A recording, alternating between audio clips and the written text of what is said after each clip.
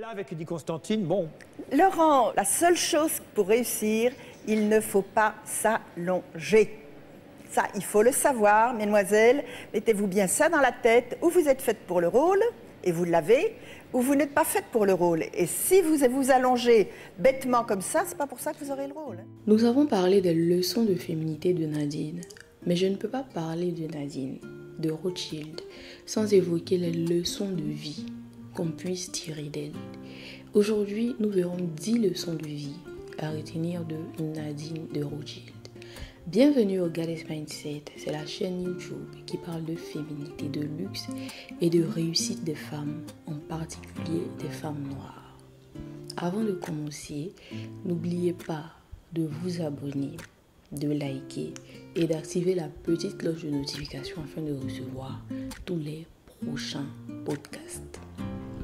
Lorsqu'on voit ce genre de femmes, on se dit que normalement la vie a été douce avec elles et qu'elles ont eu beaucoup de chance d'être là où elles sont aujourd'hui. Mais qu'est-ce que la chance?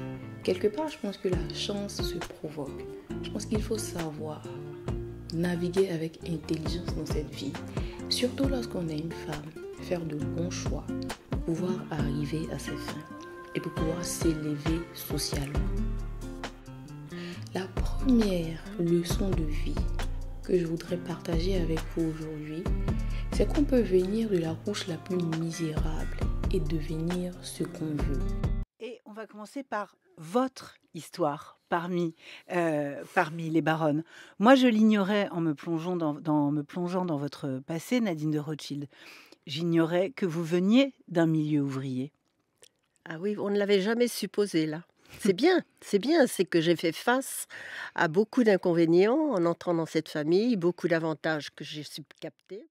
Mais c'est vrai que je viens d'un milieu tout à fait simple. J'étais élevée à Puteaux. Vous avez vécu l'immédiate avant-guerre dans la région parisienne. Vous avez connu les petits immeubles sans confort, avec même pas l'eau courante, avec toutes les populations immigrées qui convergeaient vers la capitale pour trouver du travail. Dans les années 30, c'est les grandes périodes de l'immigration italienne, espagnole. Complètement polonaise aussi. Polonaise, ouais. Polonaise, l'eau était dans la cour. Ouais. Et nous étions effectivement dans très peu de mètres carrés. Quand j'ai dit très peu, c'était vraiment très peu. Aujourd'hui, les logements me paraissent extrêmement larges par rapport à ce que j'ai pu vivre. Tout est possible dans cette vie. Nous venons d'Afrique. Je sais à quel point la vie des femmes noires est difficile, compliquée. La femme noire est le souffre-douleur de l'humanité. Nous venons souvent de familles pauvres, désœuvrées. Je sais à quel point notre vie est dure, je sais. Mais ce n'est pas une fatalité. Nous devons prendre courage et chercher à nous en sortir. Il ne faut surtout pas se sentir complexé ou désœuvré. Vivez et sortez. Ce n'est pas une fatalité. Et quand c'est ainsi, en tant que femme, il faut prendre courage et comme elle-même le dit et le raconte, il faut travailler dur, prendre la responsabilité de sa propre vie pour chercher à s'en sortir, changer son environnement et avoir la vie qu'on mérite. Prenez la responsabilité de votre propre vie, chère femme. Personne ne viendra changer votre vie à votre place. Tout est possible dans cette vie, c'est connu. Les femmes les plus pauvres se retrouvent à des niveaux incroyables juste parce qu'elles ont su agir avec intelligence. Concentrez-vous sur vos vies, travaillez, soyez intelligente dans vos choix de vie et vous verrez par vous-même. Ne pas se laisser mettre en cage. Plus on parle de cette histoire d'être avec des hommes riches, j'ai l'impression que les femmes n'ont plus de caractère. Être féminine, ce n'est pas être stupide, ce n'est pas sourire pour tout et pour rien, ce n'est pas se laisser marcher sur les pieds. Ce n'est surtout pas être une petite fleur sans défense dont tout le monde peut se servir.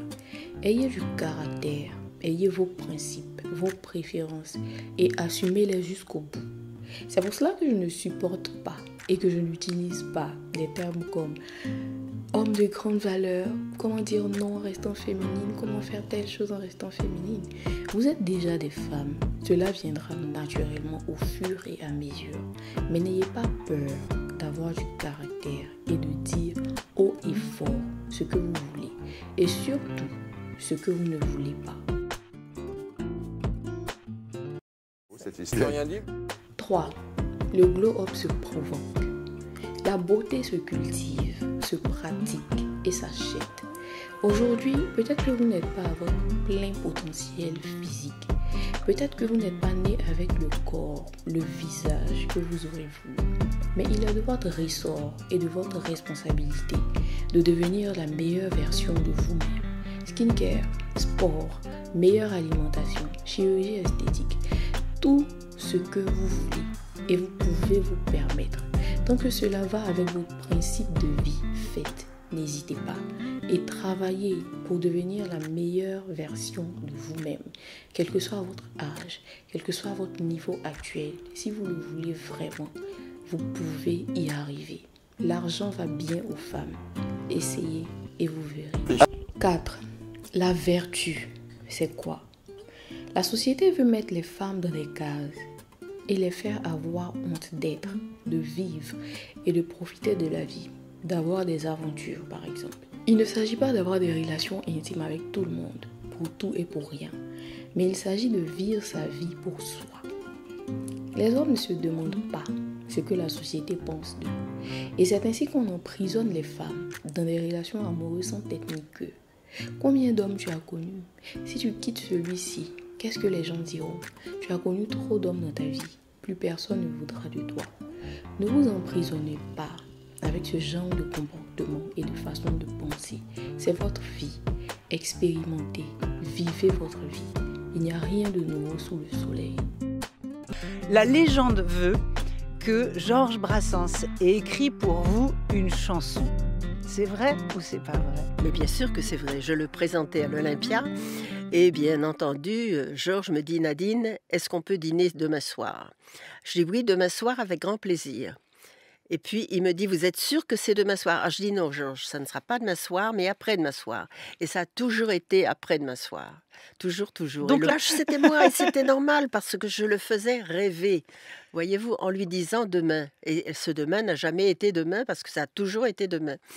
Je raconte une confidence aux auditeurs. Avant que cette interview ne commence, vous m'avez demandé, vous les filles de votre génération, comment faites-vous rêver les hommes? Puisque vous arrivez en jean, vous repartez en jean et vous ne quittez jamais votre jean. Ce qui est un peu vrai d'ailleurs. 6. Il faut savoir dire non. Et surtout, se faire désirer.